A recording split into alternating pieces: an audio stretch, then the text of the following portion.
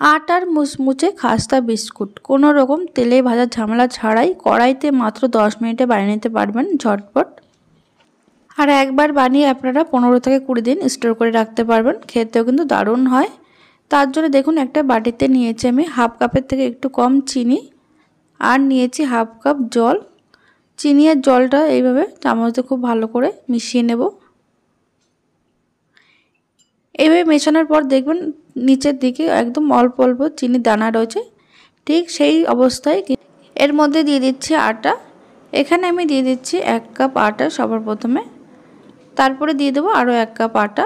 এখানে আপনারা কম বা বেশি করতে পারেন, তবে এখানে আমার হাফ কাপের থেকে একটু কম চিনি আর হাফ কাপ যেহেতু জল নিয়েছি তার জন্য এখানে 2 কাপ আটা লাগবে, সেটা আপনারা মেজারমেন্ট বুঝে কম বা বেশি করতে পারেন।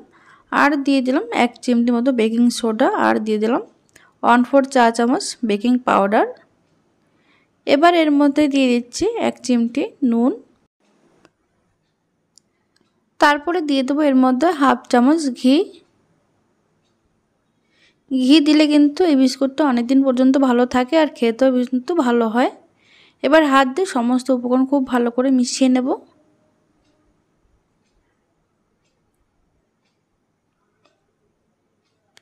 এই বিস্কুটের ডোটা কিন্তু একটু শক্ত করেই মাখতে হবে, যাতে খুব বেশি নরম না হয়ে যায় সেটা কিন্তু খেয়াল রাখবেন।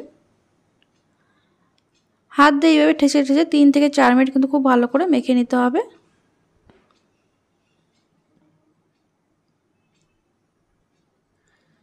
দেখুন 3 থেকে 4 মিনিট মেখে নিয়েছি। এবার এটাকে রেস্টে রেখে দেবো আমি 5 মিনিট।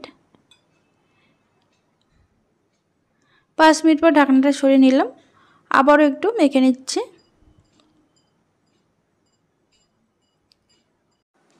এবার এই ডো থেকে 2 ভাগে ভাগ করে নেব আমি। একটা ভাগ নিয়ে এরকম একটা চাকতির উপরে ঠিক এইভাবে রোল করে নেব। এরকম লম্বা শেপ দিয়ে নিলে তাহলে কিন্তু প্রত্যেকটা বিস্কুট সমানভাবে মানে একই রকম দেখতে হবে। এবার ছুরির সাহায্যে ঠিক একই মাপ করে কেটে নিতে হবে এগুলো।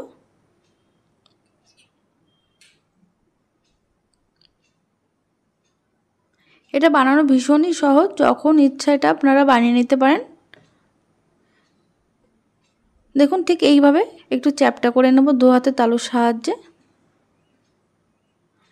এই বিস্কুটটা কিন্তু খুব বেশি মোটা না হয়, তাহলে কিন্তু এটা বেক করতে বা কড়াইতে তৈরি করতে কিন্তু অনেকটা সময় লাগে, তাই একটু পাতলা করে বানালে কিন্তু এটা ভালো হয়। আর এটা কিন্তু যখন এটা পুরোপুরি তৈরি হয়ে যাবে বিস্কুটটা, তখন দেখবেন অনেকটাই বড় হয়ে গেছে আর ফুলে গেছে। দেখুন এখানে আমার সবগুলো রেডি করা হয়ে গেছে। এবার এগুলোকে একটু ডিজাইন করার জন্য আমি একটা দেখিয়ে দিচ্ছি কীভাবে আপনারা ডিজাইনটা তৈরি করবেন। একটা করে এরকম বিস্কুট নিয়ে একটা চামচের বা ছুরির পিছন দিয়ে ঠিক এরকমভাবে একটু চাপ দিয়ে দেবেন, তাহলে দেখুন সুন্দর একটা ডিজাইন তৈরি হয়ে গেছে। এতে করে দেখতেও কিন্তু বেশ ভালো হয়।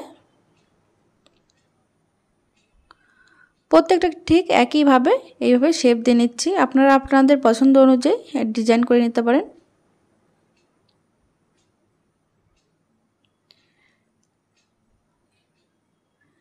দেখুন সবগুলো ডিজাইন করা হয়ে গেছে।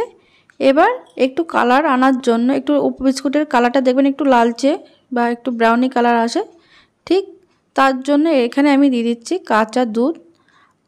কাঁচা দুধ যদি এইভাবে উপর থেকে দেওয়া হয় তাহলে কিন্তু কালারটা ভীষণ সুন্দর আসে। আর হাতের কাছে যদি কাঁচা দুধ না থাকে তাহলে আপনারা আমুলের দুধ একটু জলে গুলে সেটা এর উপরে কিন্তু একটু ব্রাশ করে দিতে পারেন। আর উপর থেকে দেখুন দিয়ে দিচ্ছি কাঁচা সাদা তিল, এতে করে দেখতেও বেশ ভালো হয় আর খেতেও কিন্তু দারুণ লাগে।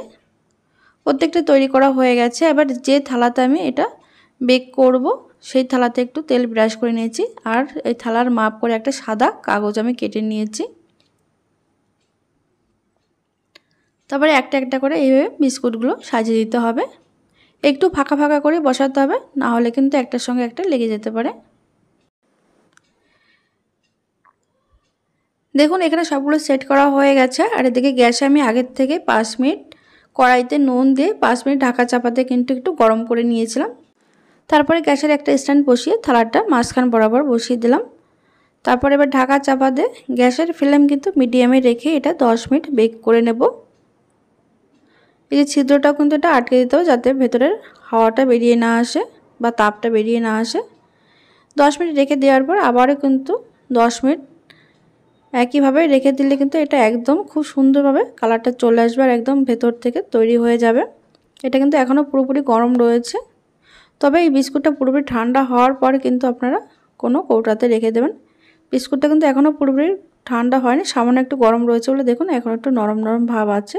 এটা যখন পুরোপুরি ঠান্ডা হয়ে যাবে তখন একদম মুচমুচে হয়ে যাবে। তাহলে বন্ধুরা ভিডিওটি ভালো লাগলে লাইক কমেন্ট শেয়ার করতে ভুলবেন না আর চ্যানেলটিকে সাবস্ক্রাইব করে পাশে থাকবেন। ধন্যবাদ।